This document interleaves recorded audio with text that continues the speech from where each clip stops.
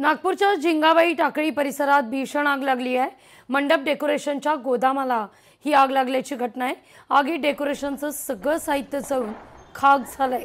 6 गाड्या घटनास्थळी दाखल झाल्या आहेत। आगीवर नियंत्रण मिळवण्याकरता प्रयत्न सुरू आहेत। आढावा घेतला आपले प्रतिनिधी ज्ञानेश्वर पवार यांनी।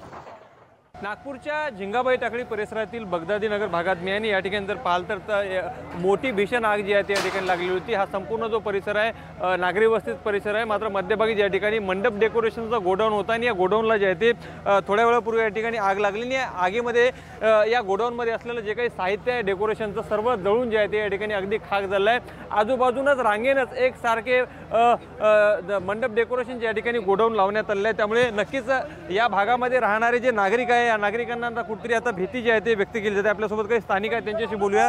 भाऊ, काय सांगाल, कधी आग लागली आणि आगीमुळे नेमकं स्थानिकांना काय या ठिकाणी त्रास होतो? ये 1 घंटा पहले आग लगी है यहाँ पर।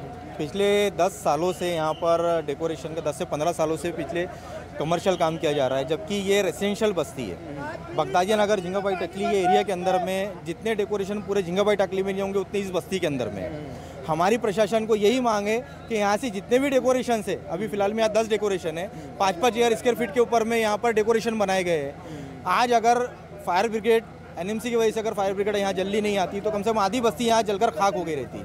हमारी पुलिस कमिश्नर साहब से और म्यूनसिपल कमिश्नर से हमारी यही दरख्वास्त है कि जल्द से जल्द यहाँ से जितने भी डेकोरेशन वाले उनको यहाँ से बाहर निकाला जाए। जर वेळेवरती या ठिकाणी पालिका कर्मचारी पोहोचले जर नसते तर आजूबाजूच्या परिसराला वस्तीला देखील आग लागण्याची भीती या ठिकाणच्या स्थानिक नागरिकांनी व्यक्त केली आहे। लोकशाही मराठीकरता मी ज्ञानेश्वर पवार, नागपूर। आगीत डेकोरेशनचं साहित्य जळून खाक झालेलं आहे। झिंगाबाई टाकळी परिसरात ही घटना घडलेली आहे। दूरवर आगीचे लोट पसरलेले होते। लोकशाही मराठी ऐका, पहा, जागरूक रहा।